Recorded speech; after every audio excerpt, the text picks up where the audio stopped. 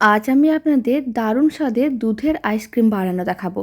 বাড়িতে বানিয়ে দেখতে পারেন, বানানো যেমন সহজ খেতেও ভীষণ ভালো হয়। নমস্কার, আমি রুমি, আপনাদের সবাইকে আবারও একটা দারুণ স্বাদের রেসিপিতে স্বাগত। প্রথমে আমি নিয়ে নিলাম 1 কাপ গুঁড়ো দুধ, তার মধ্যে দিয়ে দিলাম 100 গ্রাম চিনি আর দিয়ে দিলাম 2 চামচ কর্নফ্লাওয়ার। এবার দিয়ে দিচ্ছি যে মেজারিং কাপের আমি গুঁড়ো দুধ নিয়েছিলাম সেই কাপের 3 কাপ জল দিয়ে দিলাম। খুব ভালো করে মিশিয়ে নিতে হবে। খুব ভালো করে মেশানো হয়ে গেছে। এবার 7 থেকে 8 মিনিট মিশ্রণটাকে রান্না করে ঘন করে নিয়েছিলাম। তারপরে এরকমই আইসক্রিম মোল্ডের মধ্যে দিয়ে দিতে হবে। অ্যালুমিনিয়াম ফয়েল দিয়ে ভালো করে কভার করে নিয়েছিলাম, তার উপর একটা করে কাট করে একটা করে স্টিক দিয়ে দিতে হবে। আর এরকমই কফি কাপ নিয়েছিলাম, তার মধ্যে মিশ্রণটা দিয়েও আইসক্রিমগুলো রেডি করে নিয়েছিলাম। আপনাদের কাছে আইসক্রিমের মোল্ড না থাকলে এইভাবে কফি কাপ দিয়েও আইসক্রিমগুলো রেডি করে দেখতে পারেন। বানানো যেমন সহজ, খেতেও ভীষণ ভালো হয়।